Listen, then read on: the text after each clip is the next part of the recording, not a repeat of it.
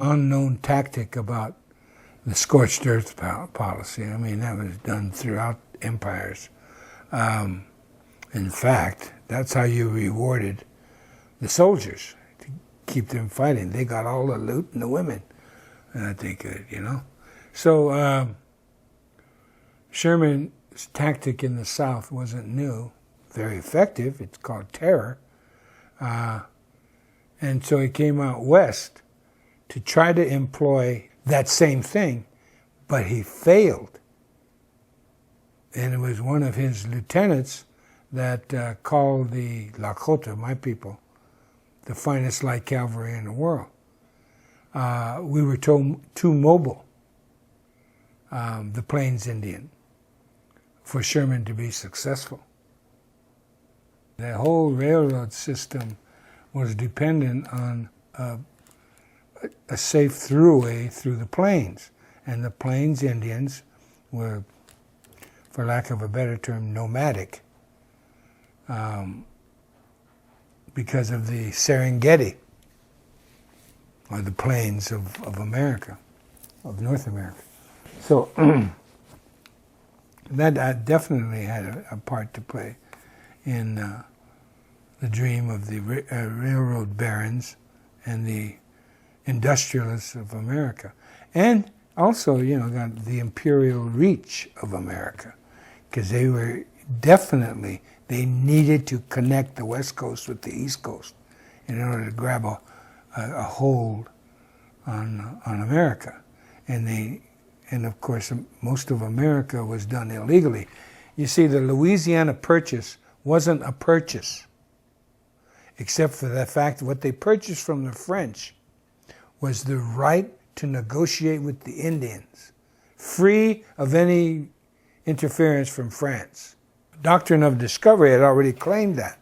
So according to the Catholic Church and all international law, they own the Louisiana Purchase. But all they sold to the United States of America was New Orleans, and then some of Louisiana, most of that Delta.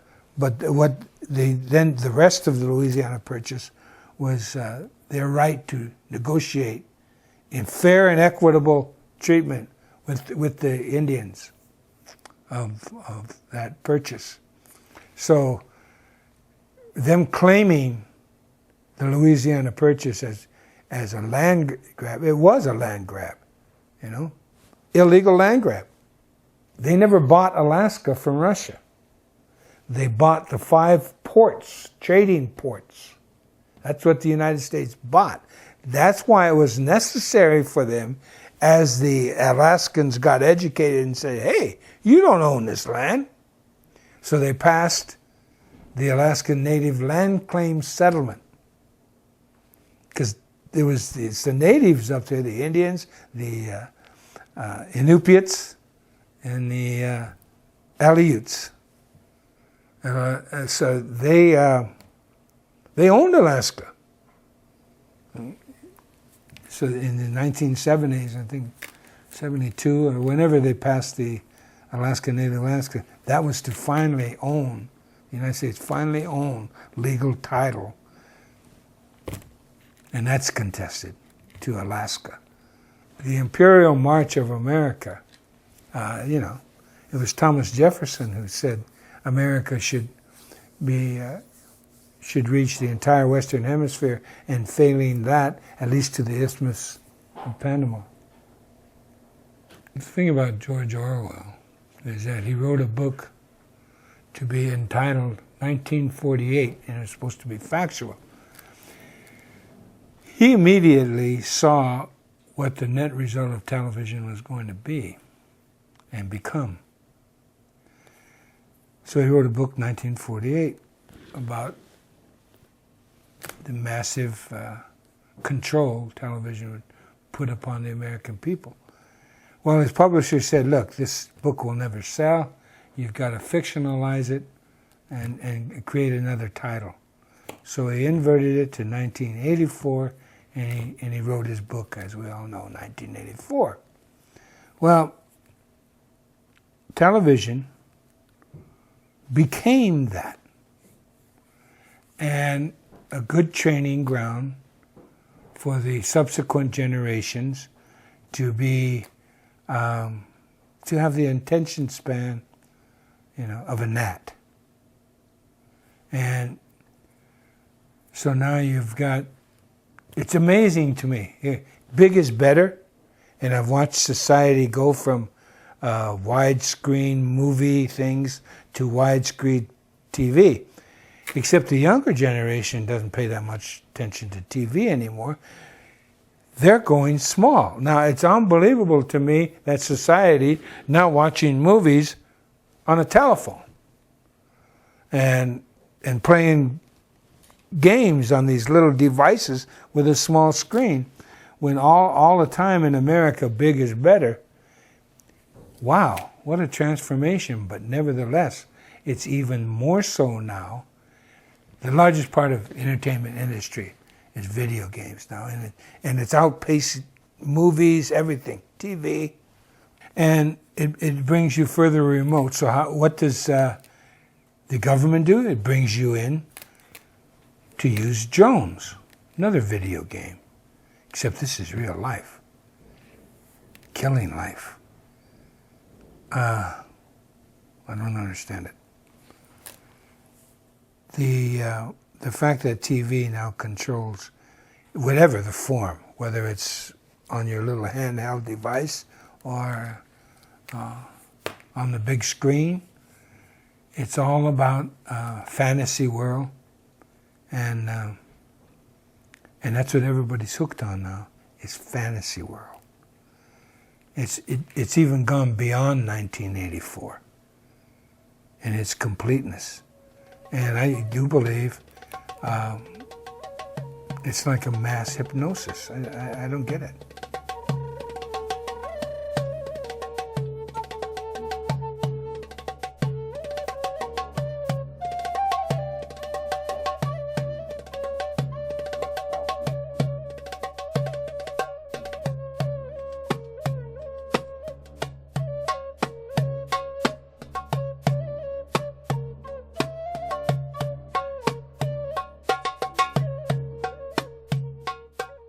You know, what the patriarch doesn't understand is natural law. Natural law is what you go by. In order to conduct your life as a human being, you have to learn what's around you. That's natural law. Learn about the trees. Why do the leaves fall? Not scientifically, but naturally. What happens when they fall? Well, of course,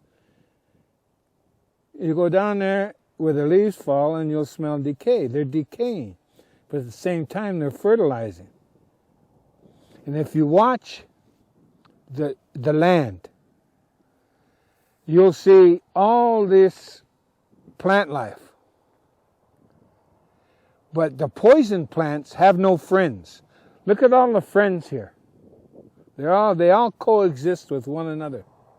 With the bees, with the birds, with the worms, with the snakes, the gophers, prairie dogs, everything. The elk, the antelope, the grasses, the bushes, all coexist to help one another. You get to a poisonous plant, and it has no friends. It's bare all around the poisonous plant. So that's natural law. So you can blend in with anything and everything that is around you if you're friendly and you share and you sacrifice. You're willing to sacrifice. That's what you can learn from just plant life. And if you're a poisonous person, you're not going to have any friends. Period. So why be that person? Natural law. The air, the wind. You know, we had we still have 52 names for clouds.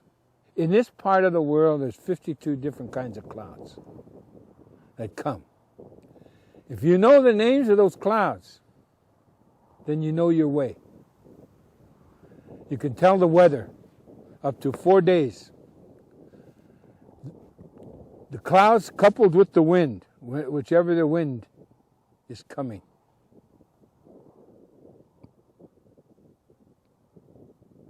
That's natural law. What also is natural law is that everything that is round is sacred. Everything that is sacred is round.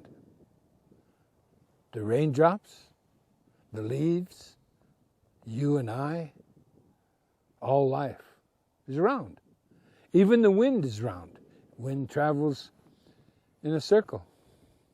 So do the clouds. The sun and the moon and the stars are all round. So that's a lesson right there. Natural law.